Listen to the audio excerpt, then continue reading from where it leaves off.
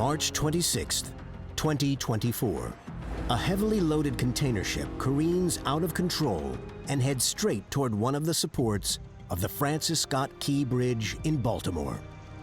The ship's data recorder reveals that the dolly lost power at 1:25 in the morning and started to drift rudderless at 9 knots.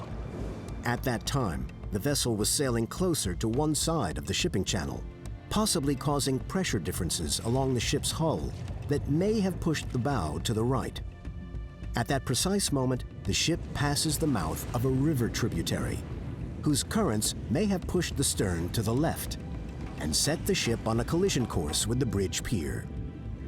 With no propulsion to correct its course, the 124,000-ton juggernaut was only seconds from disaster.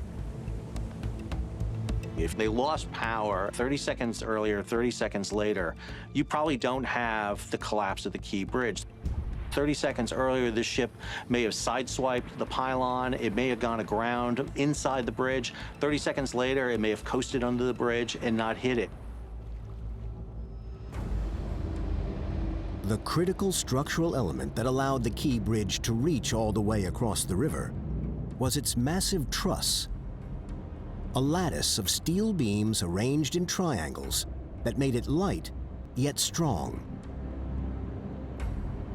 Spanning 1,200 feet, it was the third longest continuous bridge truss ever constructed. But at this extreme length, it would have buckled under its own weight without support. It needed 2 large reinforced concrete piers to hold it up, dividing it into 3 shorter spans. The Key Bridge was a feat of structural engineering, but it had a fundamental weakness. If you take away a critical element, you lose that equilibrium and the structure is going to collapse. With one of the main support piers destroyed, the bridge cannot span such a distance and begins to break apart. You can see separation happening at the bottom. The collapse is progressing, actually, and you can see it's breaking off because of that tension. Without the rest of the truss to hold it in tension, the remaining span becomes unbalanced and collapses under its own weight.